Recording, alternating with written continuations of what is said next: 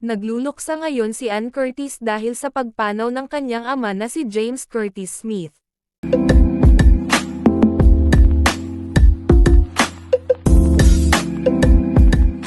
Nagluluksa ngayon si Ann Curtis dahil sa pagpanaw ng kanyang ama na si James Curtis Smith.